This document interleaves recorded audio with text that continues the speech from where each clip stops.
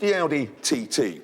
Now, for, well, I don't know, a year or so, this has been languishing right at the bottom of our cool wall. Seriously uncool, we reckon. And that's because, what's that shop called where girls buy earrings and stuff? Yeah, I don't go there myself. It's Accessorise. Accessorise, that's the one. Well, this is like a hair scrunchy thing for men.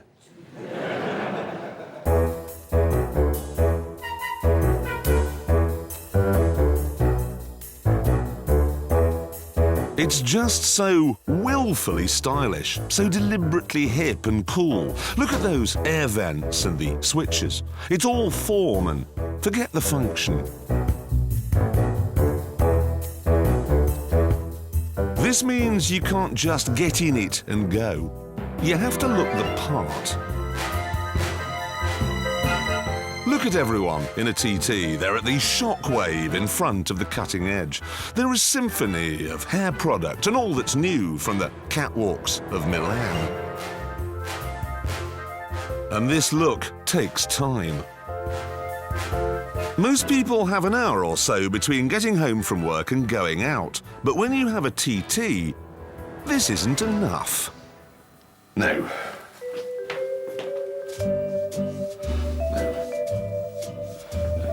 Hi, I've got an Audi TT, but you knew that. Blue car, pink? Pink? Yes, perfect. And I think a suit.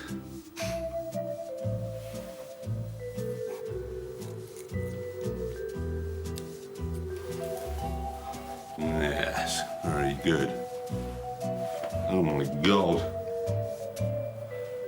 Green and blue should not be seen without a colour in between. Grey between the blue of the car and the green of the lining. That's good.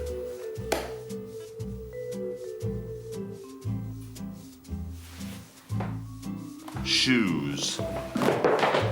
I may need some advice on that. So, I went to see one of my neighbours. Hello, how are you? I was just wondering, which one of these shoes goes best with this suit? I don't know what those are still doing there, because we made you throw them away. I hardly recognise because they're so filthy, but they're the only ones you can wear with that suit. But clean them first, Jeremy. Thanks. Bye. See you soon. Finally, after 3 hours, you're ready to go. Hi, I've got an Audi TT. And here's the problem. You see, the TT was never fast enough to make up the time you lost by getting ready. Now, however, there's a new version.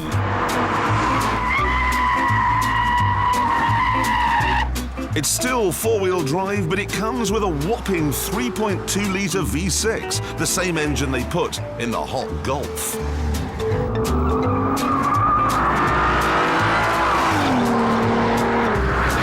Certainly sounds good. They've used the same exhaust technology that we first saw on, I think, the Ferrari 355, so it's very quiet when you're cruising and then a bit snorty when you're not.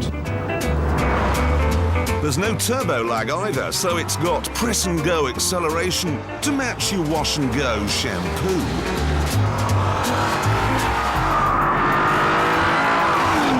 However, because it's quite a heavy engine, you only get something like 5 brake horsepower per tonne more than you got in the old turbo car, so it's only slightly faster. The engine, then, hasn't solved the problem. You're going to arrive looking good, but you're still going to be late. There is, however, another time-saving device in here. It's got a Flappy-Paddle Gearbox. Now, normally I hate these things because they don't work properly, but I hate this one for a different reason. You see, it's new. And that means I've got to try and make what they've done sound interesting. God help me.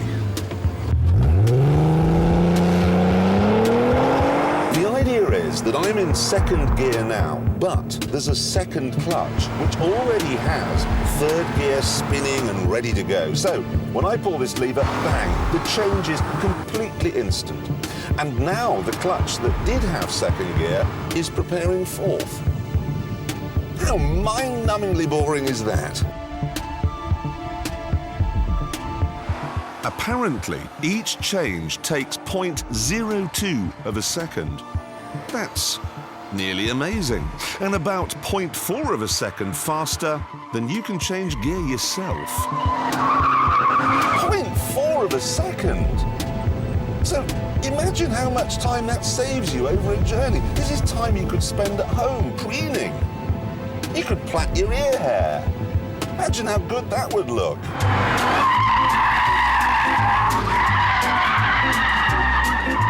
You don't seem to be able to catch it out either. I've just gone first, second, third, so it's bound to assume I want fourth next.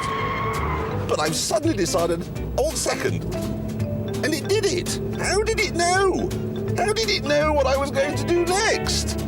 It's witchcraft. I must say, this is the only Flappy-Paddle gearbox that works. But there is a price to pay. And the price is the price. This car is very nearly £30,000, and I'm sorry, but that really is far too much. Nearly 30 grand. Now, that Mazda RX-8, that's about £7,000 less than this. Yep, it is. And, in fact, even that Nissan 350Z, that's £5,000 less than this. It is, and next week we're testing the Chrysler Crossfire, and that's cheaper too. There are an awful lot of new coupes around at the moment. So really, we've got to put this one on the track, see how it does. So to test its Flappy-Paddle gearbox, I'll hand you over to the totally unflappable Mr. Stig. And away he goes. Four-wheel drive, of course, and a dry track today, so there should be plenty of grip. Let's see in the first corner. Oh dear, no, sliding all over the shop. Just listen to the tyre squeal. Stig enjoying the music from the Kingsmill bread out there. Look at the state of that. I've seen less understeer on an ice skater. If it's that bad in Chicago, what will it make of Hammerhead? That is appalling. I've never seen such a shambles. In fact, the Stig said the TT handled like a clown car as it lumbers through the second to last corner there, up to Gambon. Oh, God, look, lurching round, more understeer, and across the line. Well, it took 1 minute, 32.7 seconds, so that's... It's a little bit faster than the Golf R32. Yeah. Not brilliant, though, really. Anyway, can I raise a question with you here, Jeremy? Earlier on, we saw you driving around in that Mercedes, the SL, the 1960s one, and you said that it was £30,000 and it was very good to look at and it wasn't very fast and you really, really liked it. Yeah. OK. Then you drove this, the Audi TT, and you said it cost £30,000, it's very good to look at and it's slow and you really don't like it. Yes. Well done, top marks for consistency, Clarkson, sticking to your message. No, the point is, if you drive an Audi TT, you are the same as every estate agent from here to Humberside. So you've got to make a big effort with your hair and everything, OK? If you drive a Mercedes SL, everyone goes, what a great car. And let's be honest, the Dimbleby brothers have one of those. Yeah. Didn't they do long train running? Is that right? You see, this is what I've had to put up with. He thought Colin Powell was the drummer with Black Sabbath.